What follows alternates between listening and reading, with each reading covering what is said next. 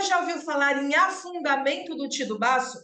Nessa aula aqui, nós vamos falar sobre esta síndrome, que tem um nome não muito comum, que é uma evolução da deficiência do tio do baço e que é muito comum na prática clínica, principalmente nos pacientes que têm hemorroida. Aliás, ela é a síndrome associada à hemorroida, de acordo com a medicina chinesa. Então, vamos lá, vamos falar sobre o afundamento do tio do baço. Antes de mais nada, é preciso entender o que é o afundamento do tio do baço. Então, é uma síndrome relacionada à deficiência do tio do baço, ou seja, o baço tem as suas funções prejudicadas, só que nesse caso aqui, a função de acender o ti está muito mais prejudicada do que as demais. E aí vão aparecer sinais e sintomas específicos que você vai ter que considerar na sua prática clínica para que você possa realizar o tratamento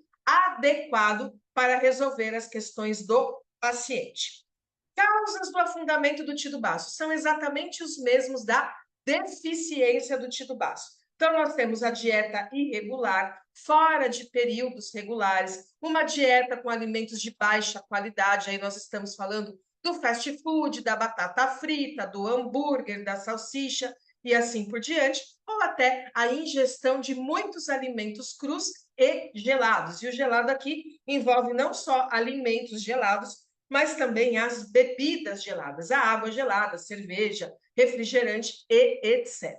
O estresse, especialmente a preocupação, também vai dar origem à deficiência do tio do baço, que pode evoluir para afundamento do tio do baço. Exposição à umidade, paciente que trabalha ou mora em ambiente muito úmido ou mora numa região muito úmida, também tem uma predisposição a ter a deficiência do tio do baço e o afundamento do tio do baço, e doenças crônicas e prolongadas, porque depois da guerra o Estado fica sem recurso, depois de uma doença o corpo fica com deficiência, e o órgão que mais sofre é o baço. Ele perde a sua capacidade de realizar as suas funções.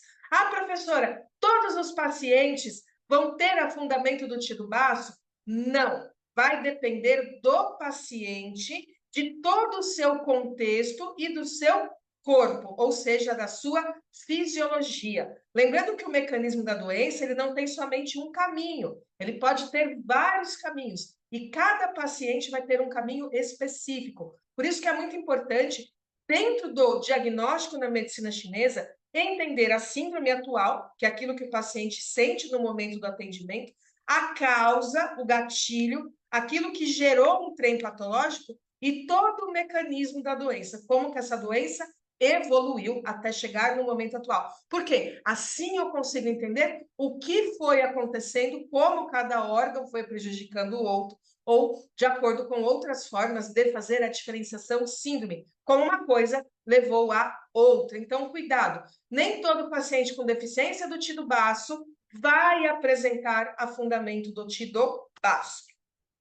Sinais e sintomas aqui, eles vão se dividir em duas partes. Sinais e sintomas gerais, que estão associados à deficiência do tio do baço, e os sinais e sintomas específicos, que são específicos do afundamento do tio do baço. E é a partir desses sinais e sintomas específicos que você vai fazer a diferenciação desta síndrome aqui. Então, olha só, sinais e sintomas gerais da deficiência do tio do baço. Falta de apetite, distensão abdominal, após a alimentação, palidez, fadiga, fraqueza nos membros, fezes amolecidas e tendência à obesidade. Isso porque o baço não transforma, ele gera umidade, e esta umidade dá origem ao ganho de peso, a gordura corporal, literalmente. Sinais e sintomas específicos. Aqui é importante você saber. Sensação de peso para baixo. Ora, nós estamos falando de uma condição do baço em que ele não consegue acender o ti, ele não consegue manter as estruturas no lugar. E tudo que não fica no lugar, que fica frouxo, cai. Então, por isso que esse paciente ou essa paciente vai ter sensação de peso para baixo. Pode apresentar prolapso de estômago, então é a queda da posição anatômica do estômago, do útero, no caso das mulheres, da bexiga ou do ânus, que é o que a gente chama de hemorroida, e aumento da frequência urinária e menorragia, ou seja, um fluxo menstrual excessivo. Vai para baixo. Não tem o que segura. Lembra que o baço, ele é responsável por manter as estruturas no lugar e o sangue dentro dos vasos. Não segura. E aí o que não segura em cima, vai para baixo. Então, tudo vai para baixo. Os órgãos, os fluidos corporais, o sangue menstrual. E esse paciente vai experimentar esse tipo de queixa de forma cada vez mais intensa. Mas na prática, o paciente já chega para você e fala: eu tenho hemorroida, tem afundamento do tiro baço. Eu tenho prolapso de útero, eu tenho pitose de pálpebra, eu tenho alguma bexiga caída, como é popularmente chamado, afundamento do tiro baço. E aí, claro, dentro dessa diferenciação de síndromes, você já pode ir lá e fazer um tratamento para ajudar o paciente. Pulso e língua é exatamente igual da deficiência do tiro baço. Então, o pulso é fraco, indicando que falta ti, que falta função, e a língua é pálida, porque não há ti para movimentar o sangue para a superfície, para cima, então a língua não vai ter a coloração rosada normal. Precursores aqui, a deficiência do ti do rim. Por que do ti do rim? Porque o rim ajuda o baço o tempo inteiro. E o rim, ele também tem essa característica de manter as coisas no lugar, tanto que é ele quem controla os esfíncteres inferiores. Se o ti do rim está afundado, se ele está deficiente, ele não consegue manter, ele leva o baço junto, leva o que está acima, puxa tudo para baixo.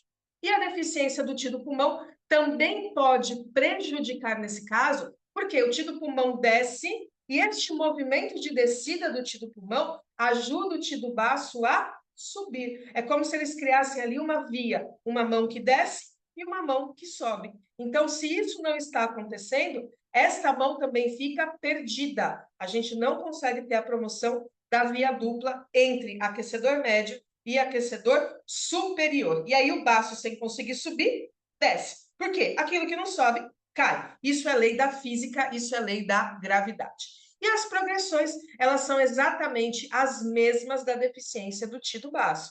Então, eu posso ter umidade e mucosidade, deficiência de sangue, deficiência do ti do coração, deficiência do ti do pulmão, deficiência do yang do rim, e aqui entra mais uma, que é o afundamento do ti do rim. Lembra lá que o precursor é a deficiência do ti do rim? Então, se eu associar a deficiência do ti do rim, gerar o afundamento do ti do baço, derruba tudo de uma vez. Então, normalmente, na prática, você tem um paciente que tem deficiência do ti do baço, que gera uma deficiência do ti do rim, que gera um afundamento do ti do baço, que gera um afundamento do ti do rim. E aí, no final, tudo está para baixo. Os esfíncteres não são controlados, o útero está caído, o estômago está caído e várias complicações associadas, muita sensação de peso para baixo nesse paciente também. O princípio de tratamento aqui é tonificar o ti do baço e acender o ti, ajudar o baço a elevar o seu ti da forma correta para que volte tudo ao lugar adequado.